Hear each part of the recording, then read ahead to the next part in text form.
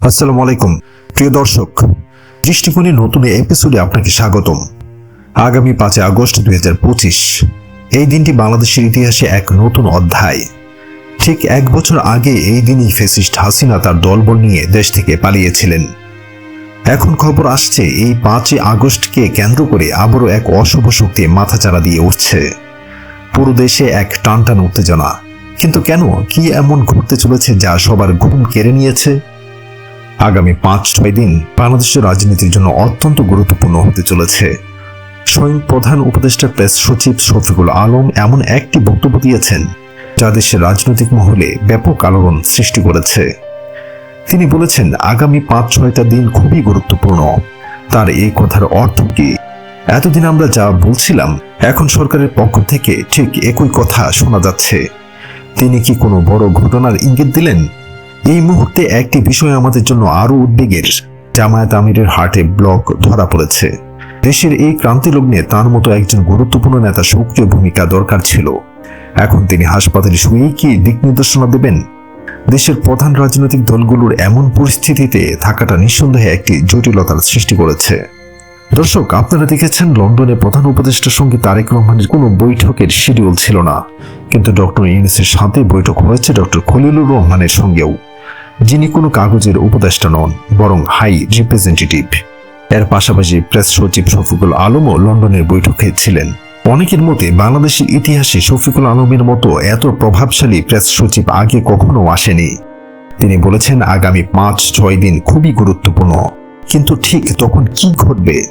আগামী 5 দিনের মধ্যে সবচেয়ে বড় প্রশ্ন হলো জুলাই সনদ কার্যকর হবে কিনা, এবং যদি হয় তা কি সব রাজনৈতিক দলের কাছে গ্রহণযোগ্য হবে? বিএনপি, জামাত, এনসিপির মতো দলগুলো যদি জুলাই সনদে ঐকমত্যে পৌঁছায় এবং কার্যকরভাবে সমর্থন করে, তবে বুঝবেন নির্ধারিত সময়েই নির্বাচন হবে। কিন্তু যদি তাদের মধ্যে ঐকমত্যের অভাব থাকে, যদি মানি বা মানি না এ নিয়ে বিতর্ক চলতে থাকে, তবে 2029 সালের আগে নির্বাচন হওয়ার সম্ভাবনা খুবই কম। আগামী 5-6 দিনের মধ্যেই এই বিষয়গুলো পরিষ্কার হয়ে যাবে। প্রেস সচিব শফিকুল আলম বলেছেন, নির্ধারিত সময়ে নির্বাচন হবে, একদিনও দেরি হবে না। কিন্তু প্রশ্ন হলো, নির্ধারিত সময়টা তো এখনো ঠিকই হয়নি। তার এই কথার মধ্যেই কিন্তু গোজামিল এবং ভেজাল লুকিয়ে আছে। এর মাধ্যমে বোঝা যাচ্ছে সরকারও একটি অনিশ্চয়তার মধ্যে আছে। এখন সবচেয়ে বড় প্রশ্ন হলো, এই অস্থিরতা কি শুধুই জুলাই সনদ আর নির্বাচন নিয়ে? না, পরিস্থিতি আরো জটিল হতে পারে। সরকার পতনের পর থেকে আওয়ামী লীগ এবং তার কিছু সন্ত্রাসী বাহিনী একটি বিশৃঙ্খল পরিস্থিতি তৈরির চেষ্টা চালাচ্ছে। তারা প্রফেসর ইউনূস সরকারকে বেকায়দায় ফেলতে চাচ্ছে। আগামী 5-6 দিনের মধ্যে অরাজকতা আরো বাড়তে পারে। গণভবনের সামনে অবরোধের ডাক আসতে পারে, রাজপথে সংঘাত হতে পারে। কারণ 5 আগস্ট 2024 সালে ফ্যাসিস্ট হাসিনা তার দলবল নিয়ে দেশ থেকে পালিয়েছিল। সেই দিনটিকে তারা তাদের জন্য পরাজয়ের দিন হিসেবে দেখে। তাই তারা আগামী 5 আগস্ট 2025 সালে দেশে ফেরার এবং ক্ষমতা দখলের পায়তারা শুরু করেছে। এই উদ্দেশ্যে তারা দেশের বিভিন্ন জায়গায় গোপনে প্রশিক্ষণও নিয়েছে। এসব কিছুই আগামী 5 দিনের মধ্যে স্পষ্ট হয়ে যাবে। দেশের মানুষের এখন আর রাজনৈতিক দলের ভেতরের জটিলতা বোঝার দরকার নেই।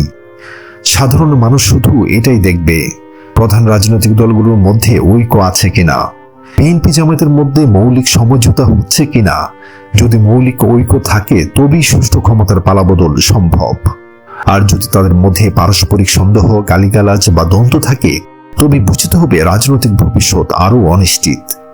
প্রিয় দর্শক, রাজনৈতিক মহল থেকে যেসব বার্তা আসছে তাতে ইতিবাচক কিছু হওয়ার সম্ভাবনা খুবই কম।